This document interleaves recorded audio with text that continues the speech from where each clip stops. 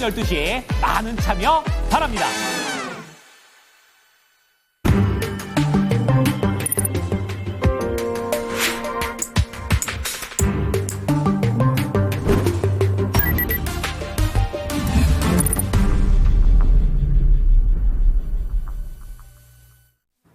네, 시장의 중심 유창호입니다. 뉴욕 증시의 흐름이 좋았습니다. 마이크로소프트나 메타, 이 글로벌 빅테크의 실적들이 잘 나와주게 되면서 훈풍이 불어오고 있죠. 자, 그런데 이 와중에 경제 지표들은 하나같이도 약하게 나오고 있습니다. 특히나 미국의 1분기 GDP 성장률 마이너스 0.3%로 나오게 됐죠. 이렇게 되면서 3년 만에 역성장을 하게 됐습니다. 불안감을 완전히 떨쳐내기는 참 어려운 시장의 상황이 이어지고 있습니다. 이런 가운데 오늘 우리 증시 흐름 괜찮죠? 일단 하루 쉬고 돌아와서 내일부터 긴 연휴에 들어가는데 빨간불을 켜내면서 상승을 해주고 있습니다. 자, 그러면 여러분이 시장에 대응하는데 도움이 될 만한 깊이 있는 이야기 오늘도 연준하처 시간을 통해서 나눠보도록 하겠습니다. 자, 이코노미 21 양영빈 기자 모시고 이야기 나눠봅니다. 네, 기자님 안녕하십니까? 네, 안녕하세요. 네. 자, 일단 앞서 제가 간단히 언급을 했는데 GDP 성장률 미국에서 마이너스가 기록이 됐습니다. 0.3% 마이너스인데 정말 충격적인 수치가 나오게 됐죠. 왜 이 성장률이 마이너스가 나왔는지 이거부터 이야기해 볼까요? 네, 일단 뉴스나 네. 또 뭐 SNS 등에서 대체적인 이야기는 수입이 너무 많이 늘었다라고 얘기를 하고 있습니다. 요거 차트는 뭐냐면은 GDP를 이루는 소비, 그다음에 기업의 투자, 그리고 순수출이 있고요. 네. 그리고 이제 마지막으로 정부의 재정 지출이 있는데요. 소비하고 투자는 1.2, 3.6으로 이제 전체 GDP의 4.8%를 성장하는 데 기여를 했어요. 예. 그런데 1월, 2월, 3월에 수입이 어마어마하게 많이 늘었거든요. 그래서 순수출이 즉 무역 적자가 많이 난 거죠. 그게 마이너스 4.8%를 기여를 했습니다. 그럼 요거까지 하면 0이잖아요. 네. 근데 정부의 재정 지출이 마이너스 0.3%에서 전체 이렇게 마이너스 0.3이 나왔는데 여기서 이제 중요한 게 뭐냐면은 예. 대부분 이번 이제 GDP를 이야기할 때 수입이 너무 많이 늘었다. 네. 그런 무역 적자가 너무 많이 커졌다. 이렇게 얘기를 하고 있는데요. 제 생각에는 이제 그거는 좀 잘못된 것이다. 네. 그거에 대해서 이제 얘기를 해보고자 합니다. 알겠습니다. 일단은 무역 적자가 급증한 것이 원인이 됐다. 이렇게 좀 보여지는데, 그 1분기 그러면, 수입을 보면 과거에 비교해 봤을 때 좀 어느 정도 늘어났나요? 요 차트가 맨 위에 있는 파란색이 수입 차트입니다. 예. 그러니까 실제로, 미국이 매달마다 수입을 한 거고요. 맨 오른쪽 끝에 점 3개가 있죠? 네. 저게 1, 2, 3월이에요. 그 다음에 밑에 빨간색이 수출한 거, 중간에 그 노란색이 수출한 겁니다. 예. 수출은 별로 안 변하죠. 그러네요. 제자리인데요? 네, 제자리인데 수입만 보면은 어마어마하게 확 늘죠. 그래서 마지막 맨 밑에 있는 게 순수출? 이렇게 네, 보는 그러니까 걸까요? 이제 그 무역 적자겠죠. 예. 무역 적자가 또 급증하는 거 우리가 볼 수가 있습니다. 과거 데이터를 보면은 진짜 1, 2, 3월에 예. 많이 늘기는 참 많이 늘었구나. 저 정도면 뭐 폭증이라는 말을 써도 괜찮을 맞습니다. 것 같은데요. 거의 한 그 수입만 따져서 본다면은 한 40% 정도 이렇게 예. 분기 비교했을 때 그 정도 늘었습니다. 알겠습니다. 자, 이 GDP 이야기를 살펴드리고 있습니다. 말 그대로 GDP는 국민 총 생산입니다. 자, 그런데 여기서 항목 구성을 보면 수입을 좀 빼게 되거든요. 요 이유도 한번 설명해 주실까요? 네, 이 수입을 빼는 이유는 참 많은 사람들이 수입을 이제 IM이 임포트해서 수입이거든요. 네. 근데 앞에 마이너스 부호가 들어가 있잖아요. 그렇죠. 그러면 저 식을 보고서 어떤 식의 이제 오해를 하냐면은 네. 그럼 수입이 늘면은 빼는 게 많아지잖아요. 그렇죠. GDP가 작아지겠네. 이런 저 식만 보면 그렇게들 생각을 하잖아요. 그렇습니다. 뭔가 마이너스 요소. 예. 그리고 EX가 이제 엑스포트에서 수출이고 예. 수출 빼기 수입은 무역 적자인데 무역 수지인데요. 그게 마이너스 즉 무역 적자가 되면 GDP가 떨어지는구나. 뭐 이런 식으로 이제 생각을 하거든요. 네. 근데 저건 또 우리나라도 마찬가지입니다. 우리나라는 이제 전통적으로 상당히 오랜 기간 동안 무역 수지 흑자가 나는 나라였잖아요. 그렇죠. 근데 그래서 무역 수지 적자가 나면은 마치 나라가 망하는 것처럼 맞아요. 예, 그렇게 이제 사실 우리나라 이제 경제 지표 이걸 예. 보면은 이번 달에는 뭐 무역 수지 적자다, 큰일 났다, 뭐 이렇게 하고 흑자가 많이 늘어나면은 우리나라 돈을 많이 벌고 있다 이렇게 맞아요. 얘기를 하는데요. 저기에 이제 GDP 보통 Y라고 얘기하는 게에서 소비 C, I 투자 G 정부 예. 그리고 이제 수출 수입인데요. 저기에서 이걸 빼는 거는 뭐냐면 GDP라는 말 자체가 국내 총 생산입니다. 예. 그로스 도메스틱 프로덕트예요. 즉 이거는 뭐냐면은 우리나라 이제 한 나라가 순수하게 그 나라에서 생산한 게 얼마냐 이겁니다. 지역적인 그 바운더리가 있는 거죠. 네네. 한 국가 내에서 그걸 보는 건데요. 그럼 그걸 어떻게 측정할까 하고 보니까 최종 생산물만 측정하면 돼요. 네. 근데 그거 측정하기가 굉장히 어렵습니다. 그래서 이제 사람들이 어떤 생각을 했냐면은 경제학자들이 그걸 직접 측정하기에는 도저히 힘드니까. 현실적인 이유. 네. 그 전 세계에서 GDP를 직접 측정한 나라는 아무도 없습니다. 지금까지도요. 워낙 예를 들어 현대차가 자동차를 몇 대 만들었으니까 그 가격 곱하기 얼마 이렇게 측정 안 하고요. 네. 뭘로 측정을 하냐면은 대신 이제 생산을 했으면은 그걸 뭔가 썼을 거 아니에요. 그렇겠죠. 그러면 소비를 하든지 또는 투자를 하든지 아니면 정부가 재정 지출을 하든지 아니면 그 생산한 거를 수출한 게 있겠죠. 예. 근데 여기서 수입 IM을 왜 빼냐? 우리가 소비한 거에는 수입품이 분명히 들어가 있죠. 그렇습니다. 예를 들어 아이폰을 샀다면은 수입한 거잖아요. 네. 그런 것들은 우리가 생산한 게 아니잖아요. 네. 근데 소비 데이터에 들어가요, 그게. 마찬가지로 투자 데이터에도 그게 들어가고, 그 다음에 정부 재정에도 지출에도 들어가고, 예. 심지어 수출에도 들어갑니다.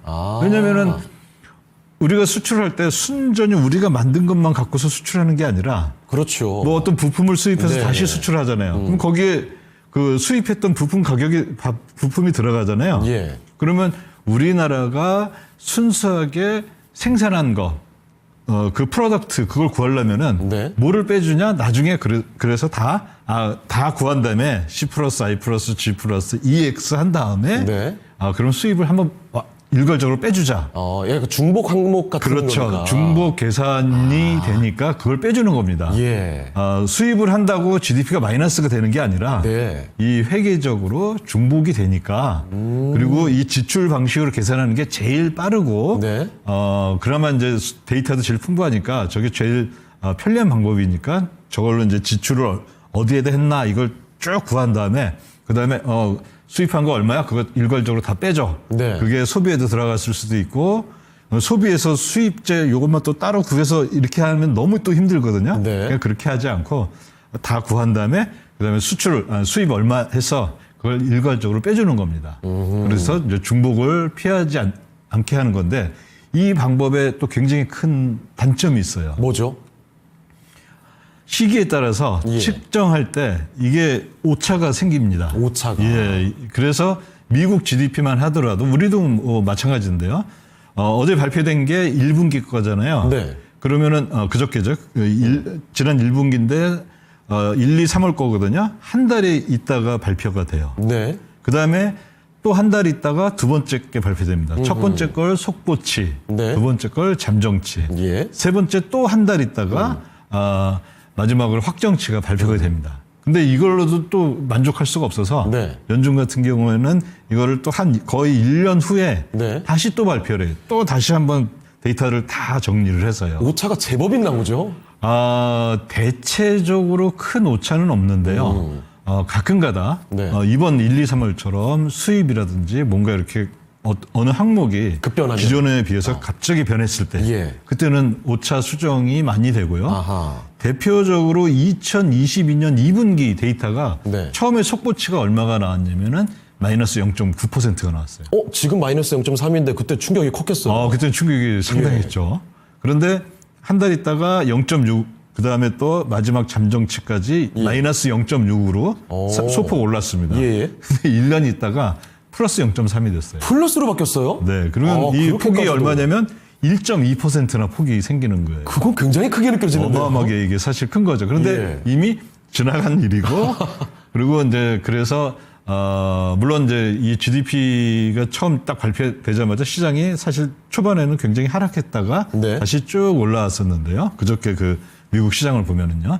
근데 그런 것들이 아마 이제 사람들이 또는 이제 전문가들도 그런 이 GDP 자체의 그런 오차에 대해서 많이 인식하고 있고 네. 이게 뭐 지금 그 GDP가 마이너스 0.3% 이렇게 나왔는데 그러면 이걸 갖고서 이게 시장이 안 좋아졌으니까 연준이 바로 금리 인하를 할 거다 이렇게 생각하면 안 된다는 거예요. 네. 그래서 또 최근 그 시장이 바라보는 걸 보면은 5월달에 금리 인하 안 한다 이렇게 그 확률이 점점 더 높아지고 있거든요. 뭐 6월에는 하느냐? 뭐 지금 한 번 하는 걸로 더 높아지고 있는데 뭐 이 GDP 때문에 이게 마이너스가 나왔다고 해서 이게 바로 네. 금리 인하로 간다 이렇게 판단하기에는 굉장히 섣부르다 이렇게 얘기할 수가 있죠. 알겠습니다. 여러분 이래서 연준어처 잘 봐야 됩니다. 그 뉴스에 사실 나온 것만 딱 보고 나서 이거 정말 충격적인데 이렇게 될 수 있지 않을까? 오해할 수 있을 만한 것들 정적이 될 수 있다는 거죠.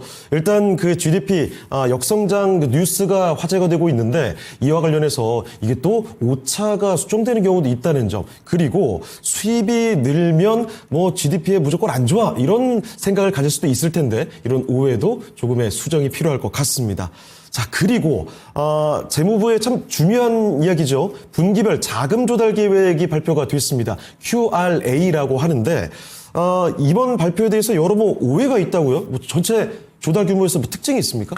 네, 저기 이제 빨간색으로 예. 제가 마케터블 버로잉이라고 이렇게 그 빨간색으로 표시했는데요. 네. 이게 이제 재무부가 이번 분기에 우리가 얼마를 조달하겠습니다 하는 규모입니다. 네. 근데 이게 이것만 딱 보면은 재무부 자금 조달은 크게 두 가지가 있죠. 하나는 세금 수입이 있을 거고, 그 다음에 하나는 또 국채를 발행해서 그 돈이 들어오는 걸로 그게 되겠죠. 근데 여기서 이제 마케터블 버로잉이라는 것은 뭐냐면은 네. 국채를 발행해서 돈을 얼마 이번 분기에는 얼마나 우리가 돈을 조달을 할 겁니다. 예. 이렇게 발표하는 건데.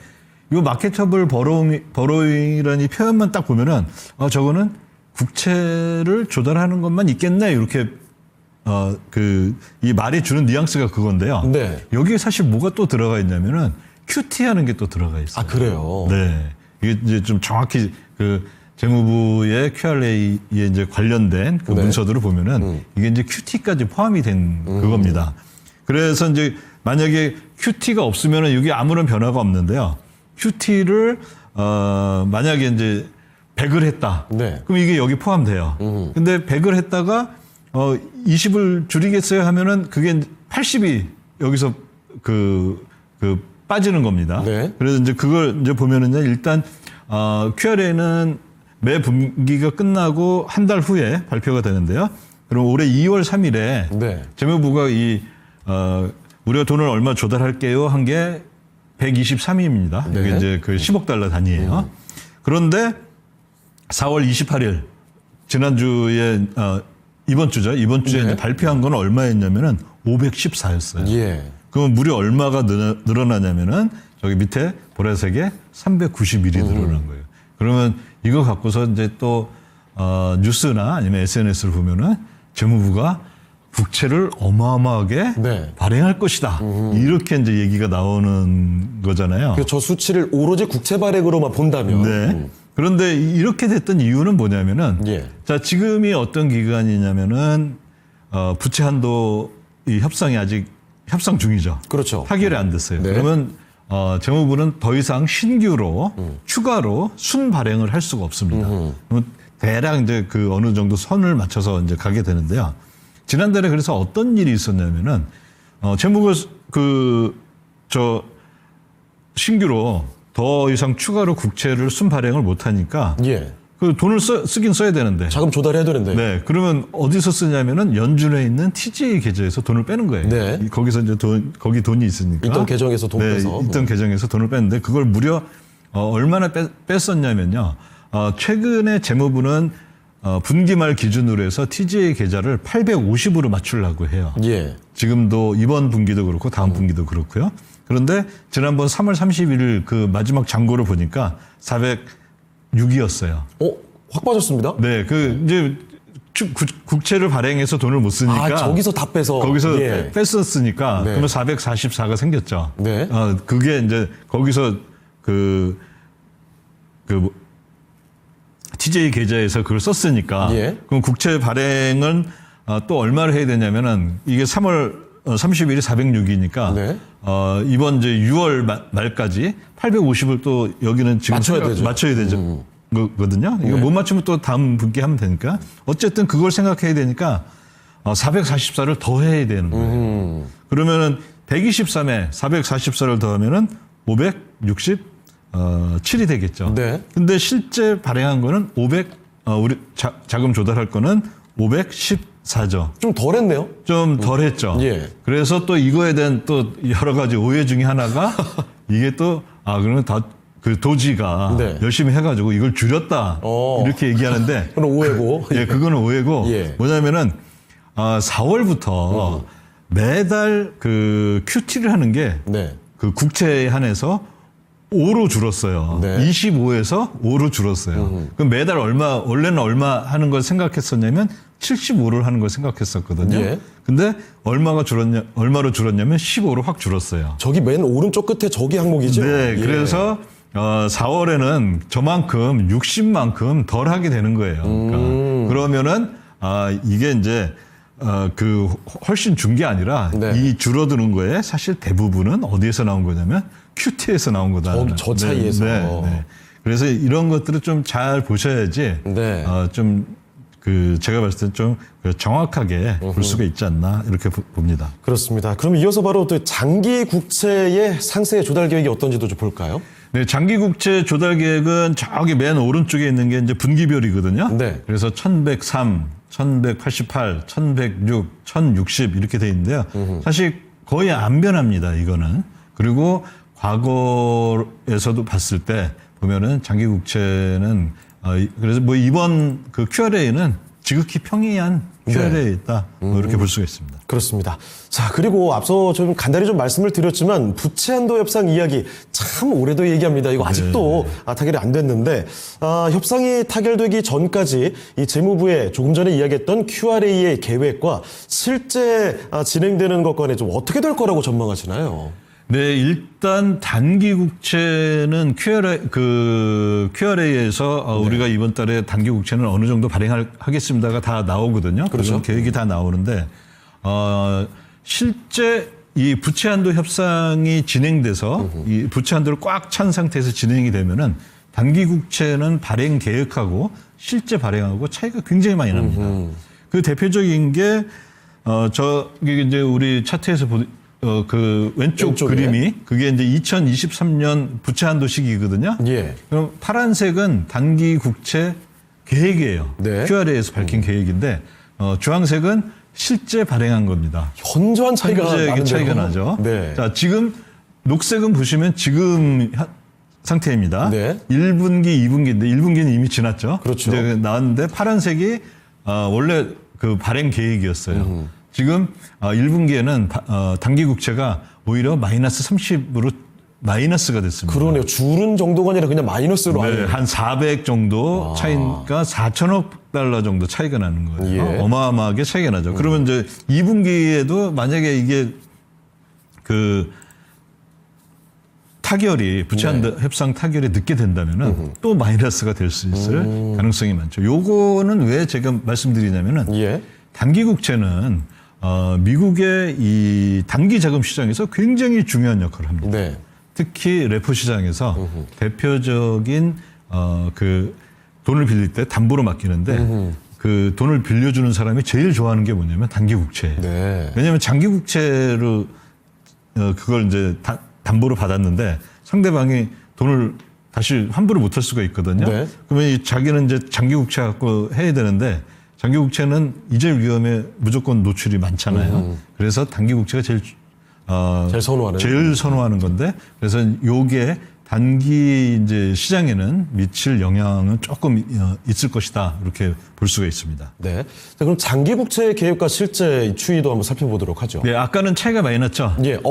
이거 차이 확실히 뭐 다르네요. 거의 없죠. 네. 아까 마찬가지로 빨간색, 녹색이 그 부채 한도 협상 시기였거든요. 네. 그럼 이 이야기는 뭐냐? 부채 한도가 진행이 되고 더 이상 국채를 순발행을 못한다고 하더라도 재무부는 그동안의 행동을 보면 어떻게 했냐면 그러면은 우리는 장기 국채는 계속 지킬 거야. 예. 이렇게 합니다. 그리고 단기 국채는 설령 줄이는 한이 있더라도 단기 국채는 계속 지킨다. 요렇게 이제 장기와 단기 국채에 그런 차이가 있음을 우리가 확인할 수가 있습니다. 네.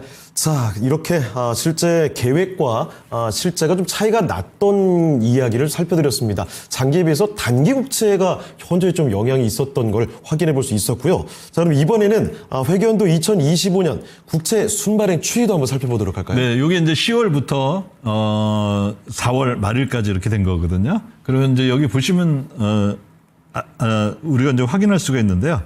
밑에 파란색이 단기 국채고요. 예. 밑에 주황색이 중기. 그러니까 10년까지입니다. 네네. 그 다음에 20년 이상 맨 위에 녹색이 이제 그 본드라 그러죠. 네. 그 장기 국채인데요. 맨 위에 보시면은 이 전체 높이는 2025년 이후에 큰 변화가 없어요. 거의 뭐 약간 들쑥날쑥하는 정도고 이게 이제 부채 한도 협상에 걸려 있기 때문인데 네. 방금 전에 이제 말씀드렸듯이 어떤 일이 벌어지냐면은 파란색이 가장 높았을 때가 453이었거든요. 그러다가 지금 얼마로 줄었냐면 55로 줄었어요. 확 줄었습니다. 확 줄었죠. 예. 이게 이제 단기 국채가 부채 한도 협상에 걸리면은 이렇게 이제 단기 국채가 그 신규로 발행하는 양이 네. 확 줄 수가 있다. 그거 이제 보여줍니다. 그리고 뭐 다음 거를 보시면은 예. 요거는 이제 그 장기만 본 겁니다. 장기는 계속 늘어나죠. 그러네요. 보시면 이렇게 계속 늘어나고 있고요. 그래서 장기 국채 발행은 그냥 QRA에서 재무부가 얼마 하겠다 한 거에서 거의 그 크게 변하지 않고 그대로 유지가 될 것이다. 이렇게 우리가 과거 데이터로부터 네. 알 수가 있습니다. 알겠습니다. 자, 국채 이야기 좀 살펴드렸고, 그러면 마지막으로 이 단기자금 시장과 관련된 이야기 좀 꺼내 보겠습니다. 최근에 단기자금 시장과 관련해서 주의해서 봐야 될 만한 내용들이 있을까요? 네, 단기 자금 시장을 우리가 이제 계속 주목하는 거는요. 네. 이게 이제 뭔가 이상이 생기면은 시장이 사실 연준이 가장 민감하게 반응하는 데가 바로 여기입니다. 예. 이자율을 올리고 내리고 하는 거는 FOMC에서 거기서 이제 결정을 하잖아요. 네. 근데 그거는 상당히 기간이 많이 걸리잖아요. 그렇죠. 뭐 한 달, 두 달 이 정도 이 중간에 그런 1년에 한 10번 정도 하니까요. 그 시간 이제 이게 걸리는데 단기 금리가 만약에 이상하게 움직였다. 네. 그러면 연준이 그 즉시로 반응합니다. 즉시 여기에. 반응해요? 예. 뭐 바로 회의 열어가지고 네. 그러면 우리 뭐 해? 이렇게 예를 들어 2023년 3월에 있었던 미국의 은행 위기였을 때 네. FOMC 기다리지 않고 바로 그 연준하고 그 개입하듯이 예. 지금도 뭐 그래서 이제 이 단기 금리는 우리가 좀 봐야 되는데요.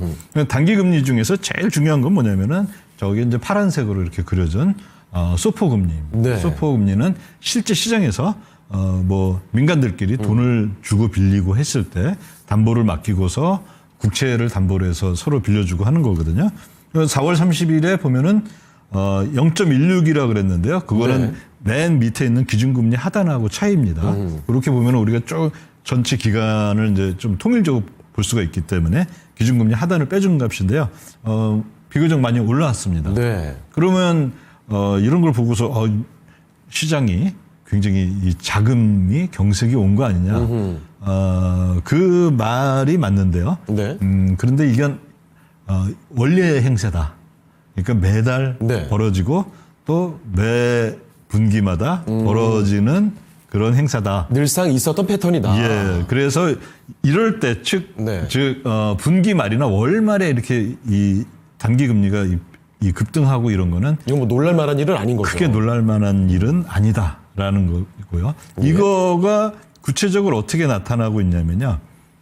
영매포가 아까 이제 이렇게 피크가 생겼던 게 2월 말, 3월 말, 4월 말 이렇게 됐거든요. 네. 그러면 이거랑 같이 움직이는 게 뭐냐면 똑같네요. 영내포가 네. 같이 같이 피크를 칩니다. 그러니 요거하고 관련이 있고 이거는 이제 뭐 제가 이 자리에서도 몇 번 이제 말씀드렸지만은 미국 은행들은 자기의 대차 대조표를 예쁘게 보이기 위한 노력을 굳이 할 필요가 없는 게 뭐냐면은 네. 이 관리 당국이 어떻게 하냐면은 평균을 내요. 네. 뭐 예를 들어 1월부터 1월 말까지 평균을 냅니다. 그래서 그 평균을 항상 맞춰야 되기 때문에 굳이 크게 반응할 필요가 없는데 유럽계 은행은 이 규제 방식이 다릅니다. 아, 그래요. 월 말로 기준을 봅니다. 또 분기 말로 기준을 봐요. 그럼 이 친구들이 월 말에 가서는 어떻게 되냐면은 우리 레버리지를 많이 썼네? 그러면은 야, 레버리지 줄여. 네. 뭐 그런 식으로 이렇게 이제 행동을 합니다. 월 말, 특히 또 분기 말에 아주 세게 좀 하거든요. 그래서 그 결과가 유럽 은행들이 레버리지 줄이고 그러면은 돈을 빌렸던 걸 이제 다시 갚는 거거든요. 네. 뭐 하루짜리 뭐 일주일짜리 갚으면은 그거를 돈을 주로 빌려줬던 데가 MMF거든요. 그럼 MMF 친구들은 돈이 갑자기 남는 거예요. 네. 그럼 그거 어디다 투자하겠어요? 제일 안전한 데인 영내포에 투자합니다. 예. 그래서 월말, 분기말 요때 영내포가 이렇게 피크를 칩니다. 그럼 그거에 따라서 이제 소포 금리도 마찬가지로 영향을 받고 거기에서 이제 그런 월말 이때 이제 피크를 치는데 이 차트에서 이제 바로 전 차트에서 주의하셔야 될 건 뭐냐면 네. 월말이 아닌데 계속 피크를 치고 있고 굉장히 높게 형성이 돼 있다. 네. 그러면은 이거 그 연준이 개입할 수 있는 굉장히 큰 그런 거를 보여주고 있고요. 그건 변수가 맞는 거예요. 네. 이게 이제 실제 2019년 9월 19일이 예. 월말도 아니고 그냥 평일이었는데 그런 일이 벌어졌다는 거. 그리고 그때 연준이 개입을 했었고 그때 시장이 굉장히 큰 턴어라운드를 그때 보여줬었거든요. 그런 거에 이제 주의를 좀 하셔야 되지 않나 이렇게 생각합니다. 알겠습니다. 자, 오늘 그러면 연준화제 시간은 여기서 마무리 지어보도록 하겠습니다. 기자님 여기서 보내드릴게요. 네, 기자님 오늘 말씀 고맙습니다. 네, 감사합니다. 네, 이렇게 연준아처 이코노미 21 양영빈 기자와 함께 이야기를 나눠봤습니다. 오늘 시작해 주시면 여기까지 하도록 하겠습니다. 지금까지 다양한 투자 판단에 대한 도움 말씀을 드렸습니다. 하지만 특정 종목의 상승과 하락을 보장하지 않는다는 점 꼭 기억해 주시길 바라고요. 긴 연휴 잘 보내시길 바랍니다. 저희는 다음 주에 다시 돌아오겠습니다. 고맙습니다.